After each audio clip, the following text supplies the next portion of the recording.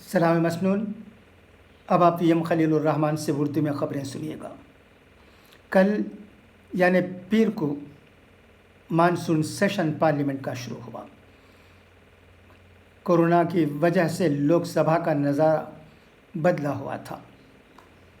احتیاطی قدم بہت ہی اچھے طریقے سے کیے گئے تھے۔ سب کے چہرے پر ماسک تھا اور سماجی دوری کا بھی خیال رکھا گیا، مگر ٹیسٹ کرنے پر پتہ چلا کہ 25 پارلیمنٹ اراکین کو پازیٹیو ہو گیا ہے۔ وہ پارلیمنٹ میں شرکت نہیں کر سکے۔ اس کے علاوہ یہ پارلیمنٹ پرانی پارلیمنٹ کی طرح نہیں تھا، نئے انداز میں فنکشن ہوا، شروعات ہوئی۔ راجیہ سبھا کے ممبر بھی پہلی مرتبہ یہاں پارلیمنٹ میں آ گئے۔ امت شاہ ہمارے ہوم منسٹر عدالت کی وجہ سے شرکت نہیں کر سکے۔ وزیر اعظم اور دوسرے تمام وزراء موجود تھے۔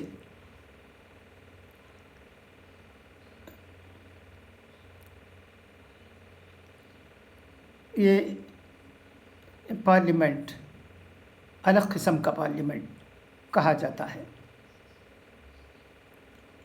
اور اس میں کیا بلز پاس ہوں گے یہ بھی دیکھنے کی بات ہے۔ انشاءاللہ آنے والے دنوں میں اس بات کا پتہ چل جائے گا۔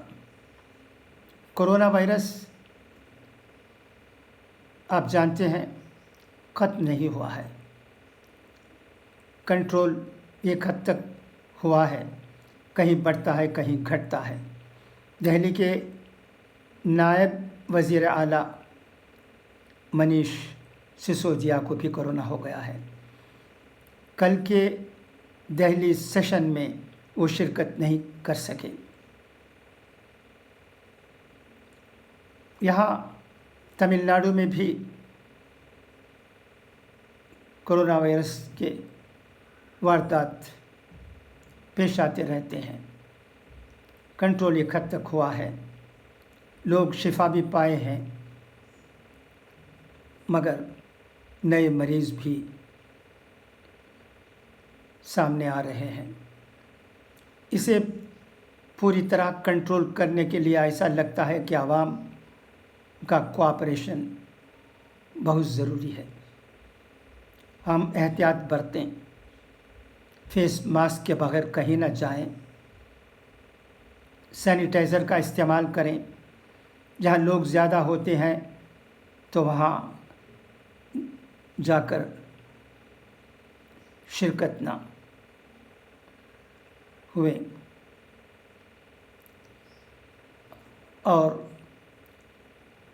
جو بھی ہو حکومت کا رویہ، حکومت کا رولز اینڈ ریگولیشن، ہمیں تو یہ سمجھنا چاہیے کہ کورونا ہے، ہمیں احتیاط برتنے کی ضرورت ہے، اس پر ہی ہمارا عمل ہوتے رہنا چاہیے۔ مگر ہم سے غلطی ہو جاتی ہے جس کی وجہ سے کورونا وائرس پوری طرح سے کنٹرول ہونے میں ہم سمجھ سکتے ہیں مشکلات پیدا ہو رہے ہیں۔ اور نیٹ کا ایگزام بھی سب کو ڈرا رہا ہے۔ تمل ناڈو میں ایک ہفتے کے اندر 4 طلباء نے خودکشی کر لی ہے، ان میں ایک لڑکی بھی ہے۔ ڈر کے مارے ذہنی بوجھ اتنا زیادہ کہ یہ طلباء برداشت نہیں کر سکے۔ تمل ناڈو حکومت نے مرکزی حکومت سے درخواست کی ہے کہ تمل ناڈو طلباء کو نیٹ ایگزام سے ایگزمپشن دیں۔ مخالف پارٹیاں بھی یہی ڈیمانڈ کر رہی ہیں۔ اب دیکھنا ہے کہ مرکزی حکومت کا کیا رد عمل ہے، اس کا پتہ آئندہ لگے گا۔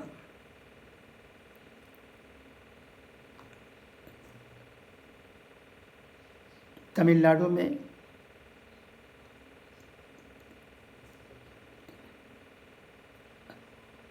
ایک اور معاملہ بھی سامنے آتا ہے۔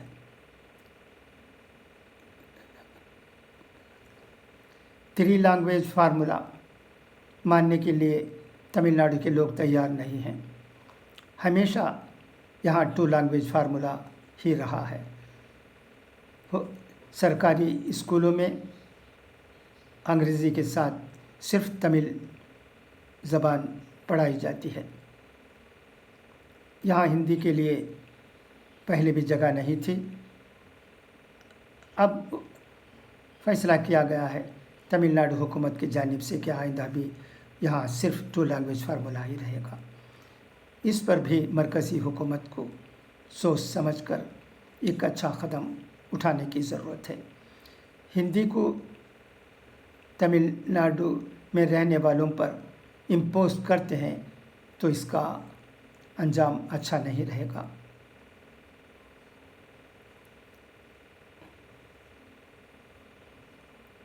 اور سپریم کورٹ میں کل پرشانت بھوشن نے ریویو پٹیشن فائل کر دیا ہے۔ آپ جانتے ہیں کورٹ کی توہین کے معاملے میں انہیں ₹1 کا جرمانہ بھرنا پڑا۔ اب وہ نظر ثانی کے لیے اپیل کر رہے ہیں۔ کل انہوں نے پٹیشن سپریم کورٹ میں بھر دی ہے اور یہ اس پر سپریم کورٹ کا آخری فیصلہ کیا آتا ہے یہ دیکھنے کی بات ہے۔ یہ بہت سنسیشنل ایشو ہے۔ آج کے اخباروں میں بھی یہ خبر چھائی رہی۔ آج ہندی دیوس ہے۔ CBSE اسکولوں میں بچوں کو ہندی دیوس کے بارے میں کہا گیا اور بچے بھی ہندی دیوس پر تقریریں کی۔